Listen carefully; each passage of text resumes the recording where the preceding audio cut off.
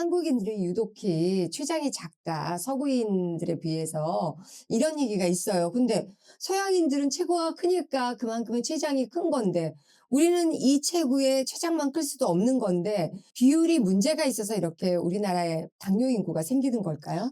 분당 서울대 병원에서 연구한 것에 따르면 네. 정상인들을 데려다가 조사를 했는데 같은 체격의 같은 나이입니다. 체구도 비슷하고 그리고 비슷한 나이임에도 불구하고 췌장의 크기는 12%가 작고 췌장의 기능은 36.5%가 떨어져요. 우리나라가요? 네, 같은 체격인 사람들을 데려다가 조사를 한 거기 때문에 억울한 결과죠. 왜냐면 같은 체격과 나이임에도 불구하고 이렇게 췌장 기능이 약하다 보니까 당뇨가 쉽게 걸릴 수 있고 또 한 번 생기면 악화가 되기가 쉬워서 그러다 보니까 췌장 기능이 떨어지는 1.5형이라고 하는데요. 우리가 당뇨하면 인슐린은 잘 나오는데 저항성 때문에 혈당이 안 잡혀 이렇게 2형 당뇨로만 생각하시잖아요. 근데 췌장이 약하다 보니까 인슐린 자체가 부족한 거예요. 네. 제가 미국에서 좀 살다 보면 그들의 비만도는 우리 상상을 초월하거든요. 우리는 진짜 날씬한 거야. 아무리 맞아요, 뚱뚱한 맞아요. 사람도. 네. 그런데도 불구하고 이렇게 자꾸 당뇨 인구가 늘고 그렇다 보니까 이걸 어떻게 해야 되나. 살만 빼서 될 일은 아닌 것 같다는 생각도 들고요. 맞아요. 실제 진료를 해보면 사실 체중 감량만 가지고는 답이 없다 이런 생각을 많이 하는데요. 실제 전체 당뇨 환자 중에 절반만 비만해요. 근데 이분들이 비만한 정도도 고도 비만 이런 게 아니라 경도 비만이 거의 대부분입니다. 우리나라 당뇨는. 그래서 경도 비만이다 보니까 비만 자체도 그렇게 심각하지 않고요. 그리고 반대로 절반은 마른 체형이기는 한데 이분들은 마른 체형이라는 건 애초에 음식 관리와 운동이 좀 잘 되고 있는 편이잖아요. 그래서 이분들이 애초에 잘하고 있는데 당뇨 진단을 받았으니 더 열심히 하시거든요. 그러다 보면 체중이 더 빠지고 그런데 생각보다 혈당은 또 안 잡혀요. 그래서 역효과가 나기도 하는데 가장 기억나는 분이 한 분이 계시는데 하루에 전체 다 합쳐서 한 공기만 드시는 70대 분이 오셨어요. 아침밥 3분의 1 공기, 점심밥 3분의 1 공기, 저녁밥 3분의 1 공기. 그래서 정말 뼈밖에 없으시고 그 3분의 1 공기 먹으면 또 혈당이 오르긴 하잖아요. 그러니까 또 1시간 운동. 점심 먹고 1시간 운동, 저녁 먹고 1시간 운동 이렇게 하는데도 혈당이 안 잡히고 인슐린도 맞는데 8%대. 어머. 로 오셨습니다. 근데 그분이 이제 한의원에 오셨던 거는 혈당도 혈당인데 일단 또 합병증이 시작이 돼서 발저림이 있으셔가지고 이제 오셔서 치료를 하셨는데 이렇게 마른 당뇨 환자분들은 음식이랑 운동 관리를 더 철저하게 한다고 해서 이 혈당이 되는 게 무조건 아니에요. 낮아지는 게 아니라서 합병증도 왔잖아요. 이분은 인슐린도 맞으시는데. 네, 요새는 또 문제가 저탄이라고 해서 탄수화물 적게 먹는 경향이 있잖아요. 근데 그러다 보면 췌장이 나 인슐린 덜 만들어도 되겠네. 그래서 인슐린이 덜 만들어집니다. 네, 그래서 아하. 아직 당뇨 자체는 전 단계임에도 불구하고 당화혈수소가 뭐 5.8 뭐 이렇게밖에 안 되는데도 불구하고 인슐린 분비량이 낮아져 있는 환자분들도 굉장히 많으세요. 저는 탄수화물 도저히 끊을 수가 없어서 떡 먹고 빵 먹고 국수 먹고 제 췌장은 그래도 일을 하려고 애는 쓰겠네요. 그러니까 저희가 말씀드리는 탄수화물은 복합 탄수화물인 거죠. 음. 잡곡밥. 네, 음. 통곡물이 들어간 복합 탄수화물 드시라는 거지. 정제 탄수화물은 네, 금하라. 빵이나 네. 떡이나 이런 거는 피하셔야죠. 물론 잡곡밥도 먹습니다. 근데 걔네들을 먹으면 췌장이 일을 하게 되는 게 아니라 폭발적으로 일을 해야 되는 거기 때문에 무리가 되는 거예요. 이렇게 당뇨에 취약한 이유, 췌장만 작으면 다행인데 또 어떤 것이 우리가 또 취약합니까? 한약적으로 살펴봤을 때 간 기능, 그리고 소화 기능, 그리고 심장 기능 이렇게 세 가지가 더 취약하다고 보는데요. 일단 간은 왜 그러냐면 혈당을 조절해주는 장기예요. 그러니까 포도당을 음. 저장했다가 필요하면 방출했다가 이게 간인데 간 기능이 떨어지면 혈당 조절이 안 되는 겁니다. 그래서 이런 분들을 저희가 간형이라고 부르고요. 이 한방에서 간이 나쁜지 안 나쁜지 어떻게 알 수 있을까요? 우선 손톱을 보시면 손톱이 세로줄이 있는 경우들이 있어요. 한번 봐드릴까요? 그래도 세로줄이 조금 있기는 하잖아요. 약간 네. 꺼끌꺼끌하고 이러면 간 네. 기능이 좀 떨어져 있다. 이렇게 음. 보시면 되고 평소에 눈이 잘 충혈되시는 것들 음. 그리고 또 술 한 잔 먹으면 얼굴 확 빨개지는 거 이런 것도 간 기능이 안 음. 좋다고 보실 수 있고요. 아니 술 먹으면 빨개지는 건 이거는 알코올 분해 능력이 없어서라면서요. 그것도 맞는데 일단 간에서 또 해독을 해주는 게 술이기 때문에 간 기능이 저하됐을 때 또 그런 현상이 잘 나타나기도 하고요. 말씀하신 것처럼 알코올 분해 효소가 부족해지면 몸에 아세트알데히드가 많아지면서 그것 때문에 혈관이 확장되고 혈류 흐름이 빨라지면서 얼굴이 빨개지는 거예요. 근데 음. 문제는 그런 분들이 연구를 해보면 특히 남성의 경우 유전적으로 효소가 부족한 분들이 당뇨 발병 위험이 2배 가까이 높다고 합니다. 그리고 뭐 좀 많이 피곤해하는 거 아닌가요?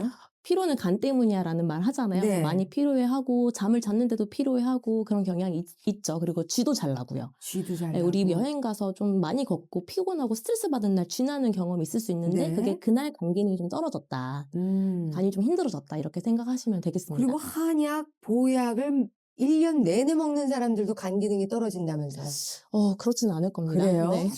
아. 좋아지죠. 보강이 되니깐요. 아 그래요? 네. 그래서 우리는 몸에 좋은 것도 1년 내내 먹으면 힘들다고 "좀 쉬었다 먹어라." 뭐 이렇게 얘기도 하거든요. 아무래도 간이 해독을 하는 장기이기 때문에 필요한 경우에는 좀 드시는데 불필요하게 과다하게 드실 필요는 없다. 아. 모든 영양제든. 두 번째 소화기인데 소화기 약하신 분들 많잖아요, 주변에. 네. 이런 분들은 먹으면 더부룩하고 네, 더부룩하고. 가스차고 이런 분들인데 소화 기능이 안 좋으면 결국 또 음식을 대사해 줘야 되는 장기이기 때문에 식후혈당이 특히 높고 혈당 조절에 취약하죠. 소화기 기능 어떻게 확인할 수 있을까요? 우선 위장 건강이 안 좋으신 분들은 음식을 먹었을 때 가스가 차고 음. 더부룩하고 그리고 포만감이 너무 오랫동안 지속되다 보니까 배가 좀 잘 안 고프기도 하고요. 속이 쓰리기도 하고 이런 분들이 이제 위장 건강이 안 좋다. 이렇게 생각하시면 되고 근데 이런 분들은 문제가 식후혈당이 특히 높습니다. 그래서 음식을 먹고 나서 혈당 스파이크가 굉장히 높게 올라가거나 아니면 식후혈당이 2시간 만에 어느 정도 떨어져야 되는데 굉장히 오래 걸려요. 그리고 엄청 졸립고. 네, 맞아요. 식곤증도 바로 위장 건강에 안 좋다라는 신호이고요. 네, 네. 이런 분들은 그래서 소화가 잘 되는 음식 위주로 드시는 게 중요하죠. 그렇다고 또 죽을 먹으면 또 안 된다면서요. 이런 저장 음, 능력이 중요해서. 근데 소화 기능이 너무 안 좋으신 분들에 한해서 저는 죽이나 누룽지도 권하기도 해요. 음. 혈당이 좀 빠르게 올라가는 경향이 있긴 한데요. 그만큼 흡수가 빠르니까 그만큼 또 빨리 떨어지는데 이분들은 소화 기능이 많이 떨어져 있는 상태라서 그런 음식을 먹어야 소화기에 부담이 덜 돼서 그렇습니다. 근데 소화기는 지금 위장뿐만 아니라 소장, 대장도 포함하는 거죠? 맞습니다. 우리가 소화기라고 할 때는 넓게 이야기를 할 때는 위장, 소장, 대장도 같이 이야기를 하는 거거든요. 그래서 실제 제가 연구를 해봤는데 박사학위를 하면서 장내미생물 연구를 했었거든요. 우리나라 당뇨병 환자 50명과 정상인 50명의 대변을 채집을 했어요. 그랬더니 장내미생물이 다르더라고요. 어. 특히 당뇨 환자가 유익균은 적고 유해균은 많다. 그래서 장 건강이 중요하다. 이런 결론을 냈었던 연구를 했었거든요. 이렇게 장이 약한 분들은 다이어트 주사인 위고비를 맞았을 때도 효과가 떨어진다고 들었어요. 맞아요. 위고비 자체가 원래는 당뇨 주사였거든요. 그런데 이게 비만에도 효과가 있다 보니까 비만 주사제로 지금 쓰이고 있는데 이게 GLP-1이라고 하는 유사 약물의 효과가 있는 겁니다. 그러니까 기전을 쉽게 설명을 드리면 우리가 음식을 먹잖아요. 그럼 이게 장에 도달을 했을 때 GLP-1 호르몬이 나오게 돼요. 그럼 얘가 췌장을 자극을 합니다. 인슐린 좀 만들어 이렇게 자극을 하면 인슐린이 나와서 혈당이 잡히는 거거든요. 그래서 GLP-1 호르몬이 나오기 때문에 혈당이 잡히는 거고 얘 때문에 장으로 음식물이 이동하는 걸 지연을 시켜요. 그래서 흡수가 천천히 되니까 혈당이 더 천천히 오르는 건데 비만에 있어서는 포만감이 더 생기고 식욕이 떨어지다 보니까 비만 효과도 있는 건데요. 만약에 장내 미생물 환경이 안 좋거나 장 건강이 좋지 않으면 GLP-1의 효과가 떨어진다는 연구 결과들이 있어요, 최근에. 그래서 실제 연구에 따르면 장내 미생물 균형이 좋은 분들은 위고비 효과가 좋고요. 어. 반대로 장에 염증이 많다거나 장 균형이 떨어지시는 분들은 위고비 효과가 떨어진다고 합니다. 세 번째는 좀 생소할 수 있는데 심장형이라고 해서 심장 기능이 약한 분들도 많아요. 평소에 걱정 많고 불안 많으신 분들 그리고 어떤 스트레스 받으면 심장 두근거리고 답답하고 이런 분들이 심장형이라고 하는데 이런 분들이 또 스트레스에 취약하고 스트레스 받은 날 또 잠도 잘 못 자고 혈당이 잘 안 잡히거든요. 그래서 이 세 가지 기능이 한국인들이 또 취약한 장기라고 보시면 되겠습니다. 이렇게 또 심장이 안 좋으면 스트레스에도 취약하고 스트레스를 받으면 당뇨까지 걸릴 수도 있고 악순환이지 않습니까? 맞아요. 스트레스 하나만 사라져도 좀 심장이 좀 개선되고 좋아진 사례가 주변에 있으신가요? 실제 제 환자분 중에 있었는데 스트레스의 원인이 주 원인이 남편분이었어요. 어. 제가 어떤 원인이었는지 말씀드리기는 어렵지만 중년 여성분이셨는데 당화지수는 9%가 넘었고 살기 싫다, 죽고 싶다 이런 얘기를 진료실에서 음. 하셨거든요. 너무 걱정이 돼서 일단 상담이 끝나고 침을 놔드린 후에 남편분만 따로 모셔다가 오늘부터 나랑 약속을 해서 2가지를 꼭 지켜달라. 하나는 하루에 사랑한다 3번씩 말하기. 그리고 하루에 3번씩 스킨십 해주기, 뭐 손을 잡든 허그를 해주든 이 두 가지 미션을 드렸는데요. 근데 이분이 한 달째 드시더니 너무 좋아졌다 하시고 두 달째에는 3달 패키지를 결제를 하셨기 때문에 한약이 한 달치가 남아있었어요. 제가 처방을 해드려야 하는 게 남아있었는데 원장님 저 병원 갔는데 당화혈수 다 좋아졌다고 하고 컨디션도 좋아지고 다 행복해지고 해서 이제 치료 안 하셔도 된다고 저한테 시간 쓰지 마시라고 그렇게 치료가 종결됐었던 적이 있습니다. 스트레스가 사라지니까 다 좋아진 거죠.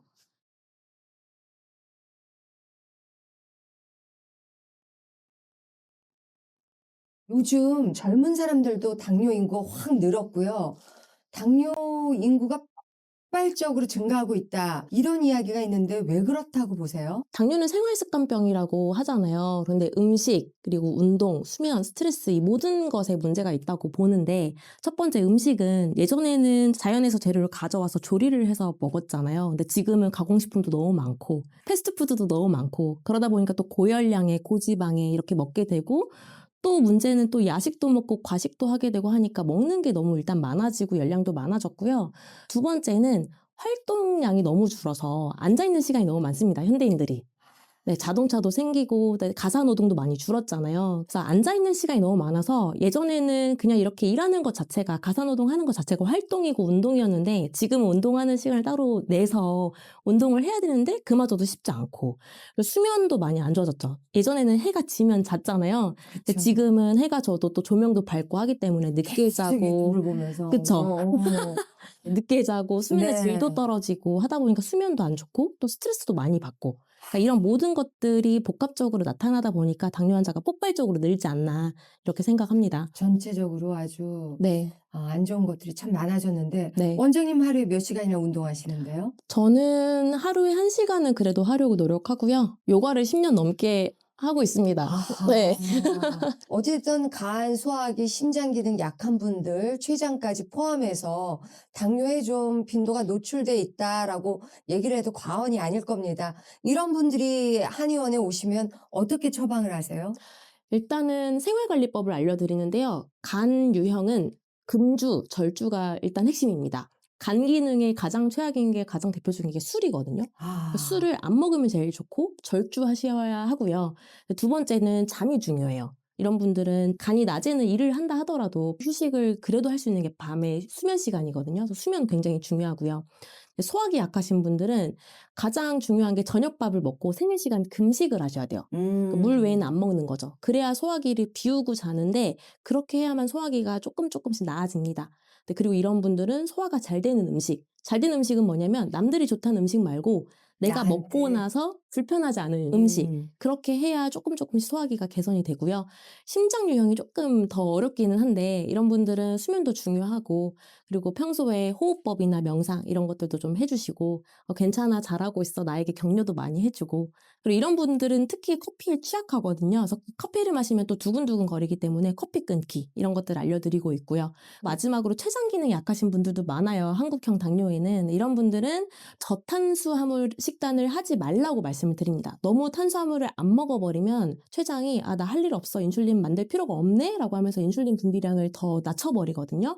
그리고 이런 분들은 간식을 끊는 게 좋아요. 왜냐면 밥도 먹고 간식도 먹고 밥도 먹고 간식도 먹고 하면 췌장은 또 소화 효소도 만들어내기 때문에 쉴 시간이 없어요. 그래서 휴식을 준다는 의미에서 밥은 먹고 간식은 끊고 이렇게 하셔야 되고 또 환기차가 췌장 회복에 좋기 때문에 환기차를 끓여다가 수시로 드시면 췌장 회복에 좀 도움이 되고요. 췌장이 흉추 7, 8번 부위에 위치를 하고 있어요. 그래서 평소에 어깨를 펴주는 것만으로도 도움이 되고 또 마사지 볼이나 폼롤러 같은 걸로 직접적으로 그 부위를 자극해주는 것도 도움이 됩니다. 저녁 먹고 3-4시간 꼭 공복을 유지하라고 그랬는데 그리고 또 잠도 잘 자야 되잖아요. 원래는 좀 약간 배가 좀 포만감이 있을 때 잠이 잘 오는 거거든요. 그럼 음. 3-4시간 지날 때까지 내가 오늘 저녁을 조금 늦게 먹었는데 한 8시에 밥숟가락을 놨어. 그러면 12시까지 안 안 자고 기다려야 되는 건지 아니면 한 두세 시간 있다가 그냥 졸리면 자야 되는 건지 잠이 또 중요하다고 하셨으니까. 그럴 때는 취침 시간은 지키는 게 가장 첫 번째이긴 합니다. 가급적이면. 저는 그래서 만약에 그런 상황이 오면 계단을 오릅니다. 예. 지치라고 소화가 되라고요. 소화가 예. 그래서 일단 되라고. 소화를 시키고 자는 게 핵심이라서 3-4시간 동안 금식하세요. 이 문제는 사실 소화가 되라고 이 시간을 유지를 하는 거거든요. 그렇기 때문에 저는 가장 간단하게 할 수 있는 게 계단 타기라서 20층짜리 높이를 한 4-5번 이렇게 올라가요. 그러다 이제 무릎이 망가질 수 있어요. 내려오는 거는 이제 엘리베이터 타고 내려오셔야죠. 계단이라는 건 그냥 일직선으로 올라가면 문제가 없는데 이게 꺾기를 하면서 그때 음. 잘못된 자세로 했다가는 무릎 망가지신 분을 제가 봤거든요. 그러니까 조심스럽게 하셔야 될 것 같아요. 네. 그러면 밤새도록 췌장을 못 살게 안 굴려고 지금 소화를 다 시키고 자라는 건가요? 위장에서 소장으로 넘어가는 데 걸리는 시간이 3-4시간이거든요. 네. 그래서 3-4시간 동안 금식을 해야 소화기를 비운 상태로 잡니다. 위장에 음식이 남아있으면 이게 다 찌꺼기가 되는 거예요. 아, 금식이라는 것은 그럼 내가 밥을 먹었어요. 8시 밥 숟가락을 놨어. 그럼 아무것도 안 먹고 10시에 자면 되는 거잖아요. 2시간밖에 금식을 못한 거잖아요. 그런 네. 경우에는 가급적이면 11시에 자는 게 좋죠. 그럴 때는. 아, 그러면 내가 누워있으면 췌장은 일을 안 해요? 잠에 빠지면? 일을 안 하고 쉬어야 되는 거죠. 그 시간에는. 나도 쉬고 장기도 쉬고. 아, 그러니까 나는 내가 자는 동안 얘네들이 다 끊임없이 움직이는 줄 알았어요. 문제는 뭐냐면 소화를 안 시켜놓고 위장을 비우지 않고 자게 되면은 위장은 자는 동안 계속 일을 해야 되잖아요. 네. 그럼 뇌가 같이 휴식을 못 합니다. 뇌가 같이 일을 해줘야 되기 때문에 저 숙면이 안 되는 거예요. 차라리 그냥 굶는 게 낫겠네요. 잠을 빨리 자려면. 근데 굶는 것도 쉽지가 않아서 저녁밥을 하루는 굶을 수가 있는데 이게 매일 굶기는 쉽지가 않거든요. 간단히 타서 마신다든가 해서 좀 위에 무리 없게 소식으로 해서 잠이 중요하다면 시간에 맞춰 잠을 자라고 네, 맞아요. 하셨잖아요. 저는 그래서 만약에 나중에 지금은 바빠서 안 되는데 나중에 좀 삶이 많이 여유로워지면 조반석죽이라고 하잖아요. 저녁밥은 죽으로 먹는 거. 그러니까 실제 건강해지기 위해서 어디 센터 들어가고 이런 곳에서 조반석죽을 하는 곳이 있어요. 저녁밥은 그냥 죽 먹는 거죠. 그럼 먹으면 어느 정도 먹기 때문에 포만감도 조금 생기고 근데 소화는 또 잘 되고 잘 때 편하고 이렇게 하더라고요. 근데 현실적으로 지속 가능한 걸 하셔야지 뭔가 마시는 걸로 때우고 이러면 하루 이틀은 가능한데 지속 가능하지는 않습니다. 죽이 혈당을 많이 높이진 않나요? 급격하게 올라갈 수도 있기는 하는데요. 또 그만큼 빨리 떨어져요. 다른 음식들에 비해서. 소화가 잘 되기 때문에 빨리 올라가고 빨리 떨어지고. 그래서 상황에 맞게 필요할 때는 드실 수 있다고 저는 생각합니다. 또한 환기차를 권유하신다고 들었는데요. 환기는 백숙할 때 꼭 넣었었거든요. 맞아요. 그거 어디서 익숙하시죠? 팔며 이거 먹어서 어떤 게 좋아하시는데요? 환기는 쉽게 구하실 수가 있을 거예요. 마트나 시장에서 구하실 음. 수가 있는데 저희가 환기만 넣는 건 아니고 그 외에 다른 약재를 넣어서 이렇게 처방을 해드리면 아까 인슐린 분비가 부족한 분들이 많다고 했잖아요. 근데 그런 분들이 정상 범위로 올라옵니다. 예, 진짜요? 대다수가 이렇게 올라오기 때문에 저희가 요새 많이 처방을 하고 있고요. 그리고 특히 인슐린 맞는 분들은 기복이 심해요, 혈당이. 근데 그런 기복이 많이 적어지더라고요. 근데 환기차를 일상에서 끓여 드시면 좋은데 물 1리터에 환기 한 줌 정도, 한 10g 정도 넣으시면 되거든요. 그렇게 해서 끓여 드시면 되고 좀 진하게 먹고 싶다 그럼 2줌, 한 20g 정도 넣어서 끓여 드시면 되는데 약하게 먹고 싶다라고 하면 한 20-30분만 끓여다가 드시면 네. 되고 좀 진하게 먹고 싶다라고 하면 물이 한 절반으로 졸을 때까지 좀 팔팔 끓여가지고 그 상태로 물 대신에 평소에 드시면 도움이 됩니다.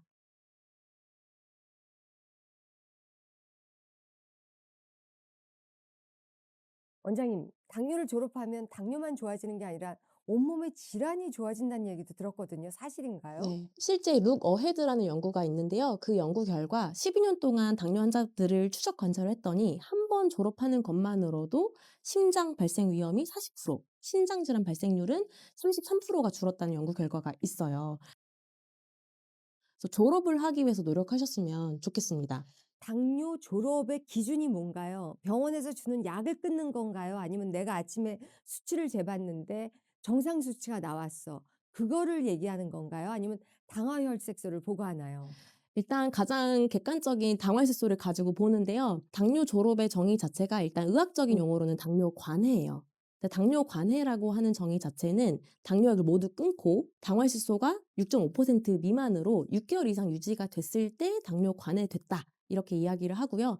네, 이 용어 자체가 조금 생소하기 때문에 저희는 당뇨 졸업이라는 용어로 표현을 하고 있고요. 당뇨를 졸업하는 게 비단 당뇨만 하나만 졸업하는 게 아니라 전반적인 건강이 사실은 좋아져야 당뇨를 졸업할 수 있는 거라서 전반적으로 같이 좋아진다 이렇게 생각하시면 돼요. 자, 얼른 당뇨 졸업하고 온 몸에 있는 질환도 좀 떠나갔으면 좋겠습니다.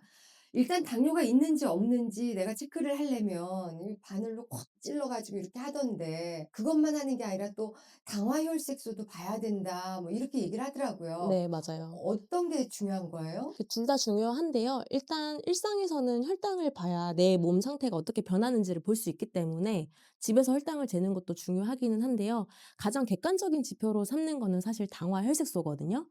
3개월 동안에 내 음. 혈당이 어땠는지 객관적인 지표로 삼아서 우리가 관리를 할 수 있는 그 기준이 된다 이렇게 평균 생각하시면 속력을 되고, 내는 거군요. 네, 그러다 보니까 당화혈색소를 가지고 당뇨가 있는지 없는지 진단을 하기도 하고 약을 늘리거나 줄이거나 할 때 그 용량을 결정할 때도 당화혈색소로 하기 때문에 객관적인 지표는 당화혈색소다 이렇게 보시면 됩니다. 그럼 공복 혈당이 있고 식후 혈당이 있잖아요. 어떤 게 더 중요한 거예요? 저 같은 경우는 공복 혈당을 더 중요하다고 말씀드리고 있어요. 왜냐하면 식후 혈당은 덜 먹거나 조금 더 운동하거나 하면 혈당이 좀 잡히거든요. 근데 공복 혈당은 그러거나 말거나 딱 객관적인 지표로 나오기 때문에 혈당 수치가, 그래서 공복 혈당이 조금 더 내가 재는 혈당들 중에서는 객관적이다 이렇게 보실 수 있어요. 근데 이게 공복 혈당이 아주 중요한 지표이긴 한데 공복 혈당을 낮추려면 평소 때 어떤 습관이 중요한 걸까요?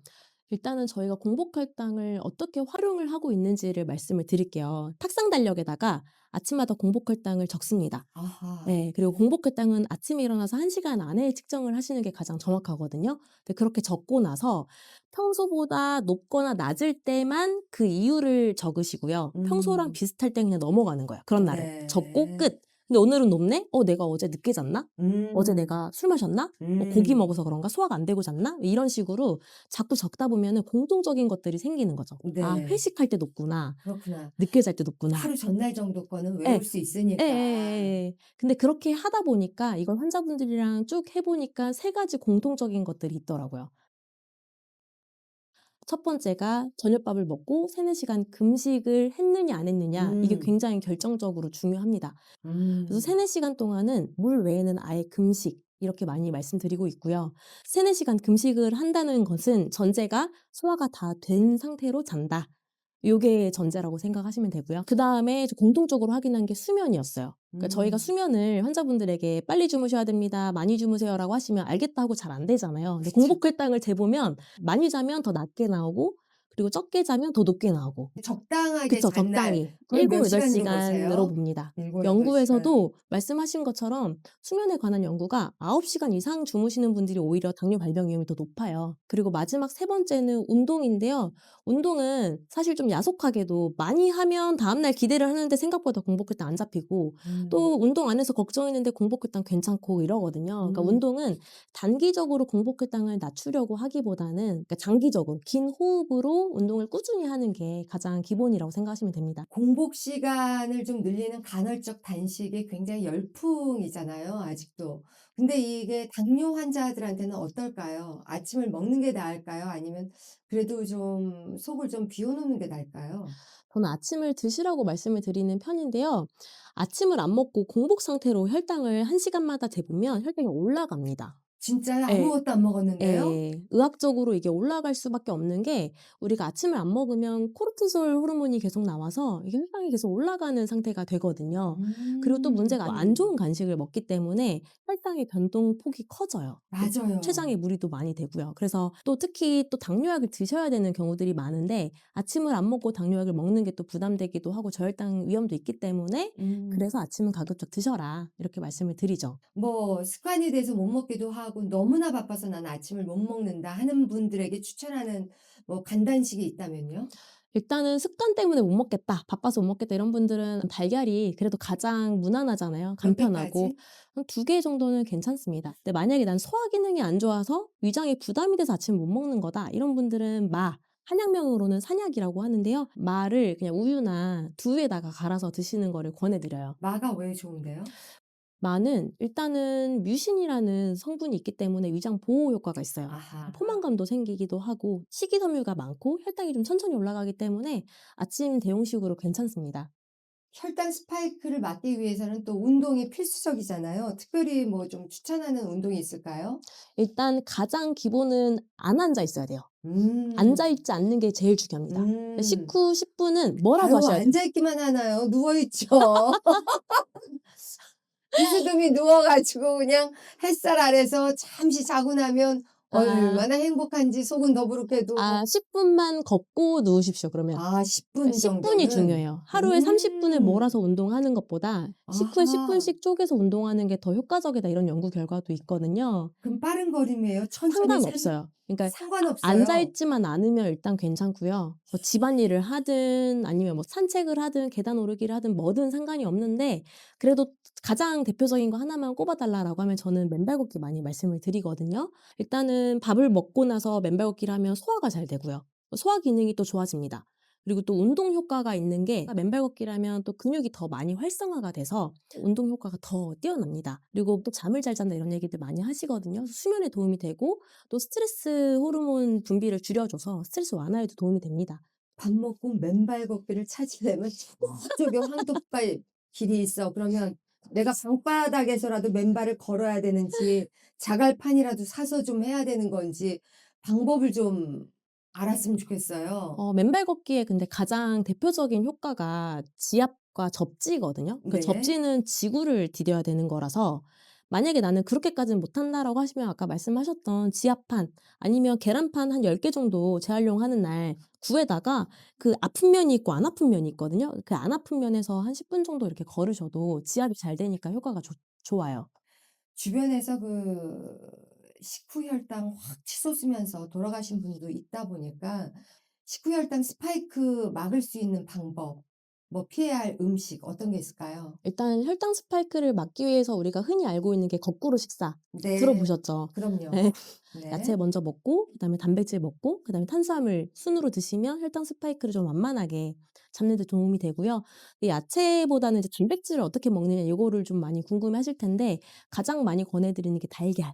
달걀은 음. 간편하고 또 완전 식품이잖아요. 단백질도 많고 그다음에 두부. 연두부가 또 소화도 잘 되기 때문에 혈당 스파이크 막을 때 연두부 하나씩 드시면 되고 아니면 좀 더 포만감 있게 드시고 싶다 이런 분들은 닭가슴살 활용하셔도 좋습니다. 요새 워낙 잘 나와 가지고요. 한국형 식단은 어떤가요? 당뇨에 좋을까요? 아니면 아침 식사로는 굳이 권하지 않을까요? 저는 한식을 그래도 가장 많이 권하는 이유가 지속 가능하기 때문에 그리고 우리가 음. 잘 갖춰서 먹으면 이게 가장 영양학적으로도 훌륭한 식단이 바로 한식이거든요. 그래서 어떻게 드셔야 되는지를 좀 말씀을 드리면 첫 번째는 밥을 지을 때 쌀밥 100%는 부담되잖아요. 혈당이 오를까 봐. 그리고 또 잡곡을 또 100% 넣으면 저당밥솥 있어요. 저당밥도 있죠. 굉장히 많이 아시네요. 네. 쌀밥을 사랑해서. 그쵸. 그것도 현실적인 대안이 됩니다. 근데 가족들이랑 같이 먹을 때는 잡곡밥을 먹어야 되는데 또 잡곡이 100%면 또 너무 거칠고 소화도 안 그쵸. 되기 때문에 쌀을 50% 정도 넣으라고 말씀을 드려요.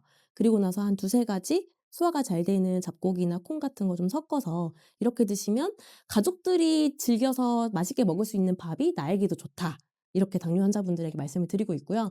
그리고 두 번째가 아까 조리법이 중요해요. 그래서 음. 덜 달게 덜 짜게, 덜 기름지게 이렇게 드시라고 말씀을 드리고 그다음에 세 번째가 아까 이야기 나왔던 거꾸로 식사. 얼마든지 한식 가지고도 우리가 훌륭하게 드실 수가 있어요. 네.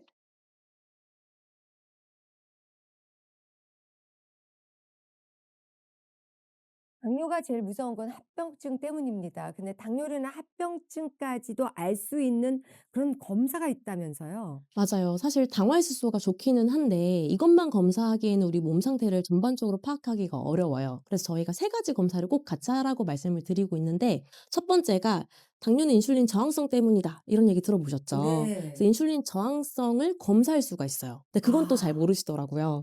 저항성 검사 아마 안 해보셨을 텐데 내가 인슐린 저항성이 얼마인지 수치로 받아볼 수 있는 검사가 있고요. 그리고 두 번째는 한국형 당뇨가 특히 췌장 기능이 떨어지기 때문에 인슐린 분비가 얼마큼 나오는지 그 분비량을 측정할 수 있는 C펩타이드라고 하는 인슐린 분비량 검사가 있고요. 리퍼스네요. 시페타이드. 펩타이드. C펩타이드. 예. 그것도 C 피검사인가요? 네, 맞아요. 아하. 피검사. 그다음에 이제 합병증까지 알아볼 수 있는 대표적인 검사에는 모세혈관 검사가 있어요. 네. 아. 그래서 우리 몸의 모세혈관을 직접 현미경으로 검사할 수가 있기 때문에 이렇게 세 가지를 다 검사를 하시고 종합적으로 몸 상태를 보셔라. 이렇게 말씀을 드리고 있습니다. 요런 세 가지 검사는 당뇨가 많이 진행된 사람한테 요구되는 건가요? 아니면 이제 초기에 들어간 사람도 이런 게 필요한 건가요? 왜냐하면 합병증까지 논하고 있는 거잖아요. 맞아요. 초기에도 검사를 하실 것을 권하고 있고요. 왜냐하면 당뇨 초기에도 합병증이 많이들 오시거든요. 당뇨가 오래되면 10년 이상 됐을 때 당뇨 합병증이 온다 이렇게 알고 계시는데 최근에는 진료를 해보면 당뇨 진단받은 지 얼마 안 됐는데도 망막병증이나 특히 발저림, 말초신경병증이라고 하는데 굉장히 흔하게들 많이 오십니다. 그럼 요런 세 가지의 검사는 일반 병원에서 아니면 동네 의원, 한의원. 네. 한의원에서도 할 수 있는 건가요? 혈액 검사가 가능한 곳에서는 할 수가 있습니다. 인슐린 저항성 검사와 인슐린 분비량 검사는 어떤 검사인지요? 이거는 한간에는 그냥 당화혈색소만 해도 된다. 이런 분들도 계시거든요. 거기에 대해서 우리 원장님 의견은 어떠신지요? 당뇨 초기를 예를 한번 들어볼게요. 당화혈색소가 5.8인 전 단계인 분이 있어요. 근데 네. 그분의 당화혈색소 수치만 봤을 때는 나 이제 괜찮다. 아직 당뇨 아니니까 괜찮다. 이렇게 볼 수가 있는데 인슐린 저항성 검사를 해보면 굉장히 높은 경우들이 있습니다. 근데 그런 경우에는 저항성이 높기 때문에 효율이 안 좋은 거거든요. 인슐린이 많이 나와서 겨우 5.8을 만들고 있다는 상황이에요. 근데 아. 이거를 보지 않으면 저항성도 참고치라고 해서 정상 범위가 있는데 그걸 굉장히 심하게 넘어가는 경우들이 있는데 내가 모르고 그냥 지나갈 수가 있는 거죠. 그러니까 폭탄을 안고 있는데 그쵸. 모르고 모르는 지나갈 수 거죠. 있다라는 예. 예. 거죠? 마찬가지로 분비량도 네. 전 단계인 5.8이라고 똑같이 가정을 해봤을 때 이번에는 인슐린 분비량을 검사했는데 정상 범위보다 적게 나오는 경우들이 있어요. 1 음. 이상이어야 하는데 0. 몇 이렇게 나오는 경우들이 있거든요. 이 경우는 췌장이 이미 인슐린을 적게 분비를 하고 있는 췌장이 이미 지쳐 있는 경우들도 많습니다. 음. 그래서 이거를 읽어내지 못하면 향후에 인슐린 분비가 이미 적어졌기 때문에 당화혈색소는 더 높아질 수 있잖아요. 그러니까 그거를 모르고 그냥 넘어갈 수 있는 거죠. 마지막으로 모세혈관 검사가 있는데 저는 종합병원에서 이런 거 해본 적은 없어요. 보통 이제 큰 동맥들 위주로 검사를 하기 때문에 네. 모세혈관 검사를 할 수 있다는 건 잘 모르실 거예요. 네. 근데 모세혈관은 조갑주름 현미경 검사라고 해서 조갑이 손톱, 발톱, 그 음. 조갑 아래에 있는 그 주름진 피부가 있어요. 거기를 통해서 현미경으로 모세혈관을 보는 건데요. 그래서 네. 나의 모세혈관을 볼 수 있는 검사인데 모세혈관이 합병증이랑 관련이 깊어서 예. 아 이거는 왜 종합검사할 때 돈 더 내고 좀 할 수 있도록 체크도 안 돼 있고 이거는 제가 본 적이 없는 것 같아요, 종합병원에서는. 그럼 물론 어디 가야 이 검사를 하죠? 이것도 잘 전화해 가지고 음 "검사 기계 있나요? 조갑주름?" 예. 그렇게 하시면 잘 없어서 그 하긴 원장님네는 이 모세혈관 검사할 수 있나요? 있죠. 네. 조만간 한번 찾아가서 뵙도록 아, 네. 하겠습니다. 예. 자, 모세혈관 상태가 안 좋다는 거 저도 한번 방송에서 했는데 정말 심각하게 끊어져 있더라고요. 해 보셨어요? 네, 했어요. 오. 그래서 이게 좀 걱정이 될 정도예요. 그래서 이 음. 모세혈관이 안 좋다는 건 구체적으로 당뇨에 있어서는 어떤 합병증을 내다보실 수 있는 건가요? 일단 모세혈관이 안 좋으신 분들이 우리 3대 만성 합병증이라고 하거든요. 말초신경병증, 그다음에 네. 신증, 음. 그다음에 망막병증. 이 세 가지 합병증이 아. 모두 모세혈관과 관련이 있습니다. 왜냐면 얘네 합병증의 앞에 원래 붙는 정식 명칭이 미세혈관 합병증이거든요. 예. 특히 눈은 우리 충혈 잘 되잖아요. 근데 네. 그게 모세혈관이 많아서 그렇고요. 그다음에 말초신경병증이 손발이 저리고 하는 건데 이런 말초신경에 영양 공급을 해주는 게 결국 혈관이거든요. 모세혈관. 그래서 모세혈관이랑 관련이 있고 그다음에 콩팥은 사구체로 이루어졌는데 사구체가 또 모세혈관 덩어리예요. 그러다 보니까 이 세 가지 합병증 모두 모세혈관과 관련이 있고 그리고 실제 연구를 통해서도 모세혈관 검사를 해보면 미세한 출혈이 있거나 이렇게 꼬여 있는 분들이 있어요. 근데 그런 경우에 이런 비정상적인 모세혈관을 통해서 합병증을 조기 예측을 할 수가 있고 또 그 변화를 모니터링 할 수 있다. 이런 연구 결과들이 밝혀져 있습니다. 정말 피하고 싶은 병이야 많겠지만 제일 뭐 걱정되는 건 피가 나빠지고 탁해지는 거겠죠. 그다음에 저는 당뇨예요. 음. 당뇨는 정말 만병의 정말 근원인 것 같아요. 합병증이 너무너무 무서워서 건강한 노후는 이 당뇨를 꼭 알아야 되고 잡아야 됩니다. 자, 그러면 지금 말씀해 준 그 세 가지 검사는 몇 개월마다 한 번씩 해야 될까요?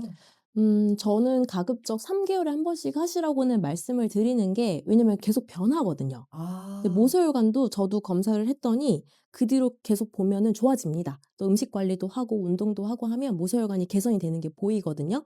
가급적 3개월에 한 번씩 근데 적어도 6개월에 한 번씩은 하실 것을 권해 드리고 있어요. 그리고 인슐린 분비량도 계속 바뀌기 때문에 그냥 당뇨하고 상관없는 분들은요? 그런 분들은 1 년에 한 번 정도는 해 보시면 그래도 몸 상태를 읽는 데 도움이 되지 않을까 싶습니다. 네. 당뇨 합병증 하면 제일 먼저 생각나는 게 무시무시한 당뇨발 아닙니까? 근데 이것은 한의원에서는 어떻게 치료를 하시고 어떤 치료 과정을 잡으시는지요? 일단 당뇨발이 오기 전에 말초신경병증이 먼저 오거든요. 그쵸. 말초신경병증은 발이 저리고 찌릿하고 화끈거리고 이런 증상들인데 이 경우에는 진짜로 한의학적으로 치료가 잘 됩니다. 저희가 통계를 음. 내봤는데 6개월 이상 한약 치료를 하신 분들의 통계 결과가 88.2%가 호전이 됐다고 말씀하셨어요. 그리고 그중에 절반이 거의 다 나았다. 완치됐다. 이렇게 음. 말씀을 하셨거든요. 그래서 정말 개선이 빠른 이유가 혈관이 튼튼해지고 혈액순환이 좋아지면 되기 때문에 말초신경병증 단계에서는 치료가 좀 잘 되는 편이고요. 괴사로 넘어가면 치료가 좀 더 오래 걸릴 수 있는데 동의보감을 살펴보면 옹저문이 있어요. 근데 거기에 탈저라는 개념이 나오거든요. 이게 현대의학에서 말하는 괴사, 발괴사. 그때 쓰는 처방이 뭐 탕리산이나 아니면 선방할명음이나 이런 처방들을 쓰고 있는데 그 처방들의 원리가 일단 세 가지가 있습니다. 하나는 혈액순환을 시켜주는 약재들이 들어가요. 뭐 음. 당기나 작약이나 청분 같은 약재들이 들어가고 염증을 확 꺼뜨려주는 금은화 같은 약재가 대량으로 들어가고요. 그리고 세살을 돋게 해주는 또 환기가 또 나오는데 발이 썩어서 오시는 분들에게 이렇게 치료를 하면 일단 처음에는 혈액순환이 잘 되니까 저리고 찌릿하고 하는 증상이 없어진다고 하시고 어허. 색이 좋아져요. 칙칙하고 어. 검고 이러는데 몇 달이나 먹어야. 이게 사람마다 다릅니다. 아하. 젊은 분들은 좀 더 빠르기도 하고 70 음. 넘어가시면 쪼끔 더디고요. 색이 먼저 바뀌고 증상이 먼저 완화가 되면서 검게 그 괴사가 된 부분이 떨어져 나가요.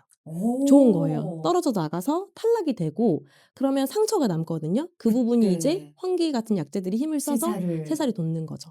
40 어허. 대분은 2달 만에 좋아진 분도 있었고요. 네. 절단 수술을 앞두고 있었는데 좋아지셔서 수술도 피하고 완치가 됐었던 분도 있었고 근데 자, 그러면 아무래도 반대로 말초신경병증에 있는 분이 그냥 손 놓고 있었어. 그러면 언제부터 막 괴사가 시작되나요? 그거는 사람마다 다를 수가 있는데요. 특히 이제 말초신경증이 있는데 나는 저리고 찌릿하고 이런 증상은 또 초기거든요. 근데 또 진행이 많이 돼서 나는 요새 감각도 없고 뭐 닿아도 내 살 같지 않고 뭐 스펀지 두꺼운 거 된 것 같다. 뭐 양말 두꺼운 거 된 것 같다. 이렇게 감각 저하까지 호소를 하시면 근데 그럴 때는 이제 상처가 나도 잘 못 느끼고 상처가 나도 잘 모르기 때문에 그럴 때는 진짜 위험해집니다. 아. 네. 그렇군요. 이 뭐 손발 저리고 화끈거리는 건 갱년기 증상 중에 하나이기도 하니까 어머니들 그냥 우습게 넘기는 경우가 많거든요. 음. 그러다 나중에 저렇게 감각까지 없어질까 봐 너무 걱정이 되니까 좀 그렇습니다. 자, 이렇게 뭐 세 가지 필수 검사를 하고 당뇨 약을 처방받아요.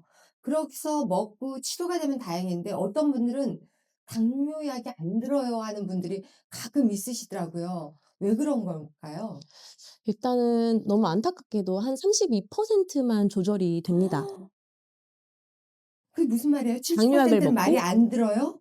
당뇨약을 먹고 당화혈색소가 6.5% 미만으로 조절되어야 치료가 되고 있다 이렇게 얘기를 하는데 그 비율이 32% 고요. 어쨌든 문제는 아직도 대다수가 70% 정도가 당뇨약을 먹어도 음식, 운동 관리를 해도 혈당이 잘 안 잡히는 상태인 거죠. 그럼 어떡해요? 방법이 없어요? 그래서 저희가 한의학적으로 치료를 할 수 있는 여지가 많이 생기는 게 당뇨 질환이라고 보시면 되겠습니다.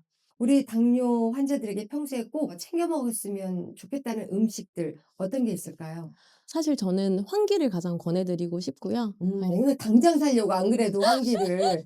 이게 달달해서 맛이 좋잖아요. 아까 당귀 같은 건 정말 맛이 음, 없거든요. 그거는 음, 코 막고 먹어야 될 것 같은데 그리고 삼계탕 끓일 때 네. 같이 먹어서 익숙하신 재료이기 때문에 네. 환기차 꾸준히 드시면 여러모로 도움이 됩니다. 그럼 식후에는 환기차 이렇게 생각하면 되나요? 예, 평소에는 환기차를 꾸준히 드시고요. 저는 오히려 음. 어떤 음식이 혈당이 많이 낮아져요? 이렇게 물어보시면 보통 여주가 당뇨에 좋다, 뭐 돼지 감자가 당뇨에 좋다 이런 얘기 하시잖아요. 근데 그거를 5번을 챙겨 먹는 것보다 혈당 떨어뜨린다고. 근데 반대로 오히려 몸에 안 좋은 음식들, 가공식품, 패스트푸드, 빵, 떡, 라면 이런 거 있잖아요. 얼마나 많아요. 근데 이런 걸 5개를 안 먹는 게 더 현실적이고 중요하다고 생각을 합니다. 예. 무슨 재미로 살지? 네. 이게 음. 아침에 나왔다 집에 들어가면 뭐 골고루 들어간 거 먹는다고 해도 영양적으로 결핍되지 않나 요럴 때 어떤 걸 좀 챙겨 먹으면 좋을까요? 일단 당뇨 환자들의 경우에는 보통 메트포민을 많이 1차 약제로 쓰기 때문에 가장 흔하게 먹는 약제인데요. 이걸 먹게 되면 결핍되는 영양소가 있어요. 바로 비타민 B12라고 하는 영양소인데 이게 결핍이 되면 흔히 손발저림이 온다 이렇게 얘기들 하시거든요. 음. 그래서 나는 만약에 좀 영양소를 영양제로 보충을 하고 싶다라고 하시면 비타민 B12만 따로 팔지는 않기 때문에 뭐 비타민 B군을 복합적으로 만들어 놓은 비타민 영양제를 드신다거나 아니면 종합 비타민 하나를 먹어도 또 충분히 이 정도는 섭취할 수 있기 때문에 요렇게 드시는 것을 권해드리고요. 그리고 또 요새 건강기능식품도 되게 많잖아요. 근데 그중에 바나바잎이 있어요. 바나나 잎? 바나바잎. 바나바잎. 그래서 예. 바나나에 이파리가 붙은 적이 없는데 생각했는데 네, 그건 뭐예요? 바나바잎에 코르솔산이 들어있는데 그 어. 코르솔산이 식후혈당을 낮추는데 효과가 있다라고 식약처에서 또 기능성 원료로 인정을 해줘서 그런 것들은 당뇨가 이미 있는 분들보다는 당뇨를 염려하시거나 전 단계이거나 이런 분들이 좀 많이 활용해서 드시더라고요. 괜히 이런 걸 먹으면 몸에서 일을 안 할까 봐 좀 걱정이 돼 가지고요. 미리 먹어두면 뭐 하나도 해가 될 건 없는 건가 봐요? 그 바나바 잎은 그래서 자연에서 또 유래된 걸 가지고 만든 거기 때문에 그런 염려는 덜 하셔도 됩니다.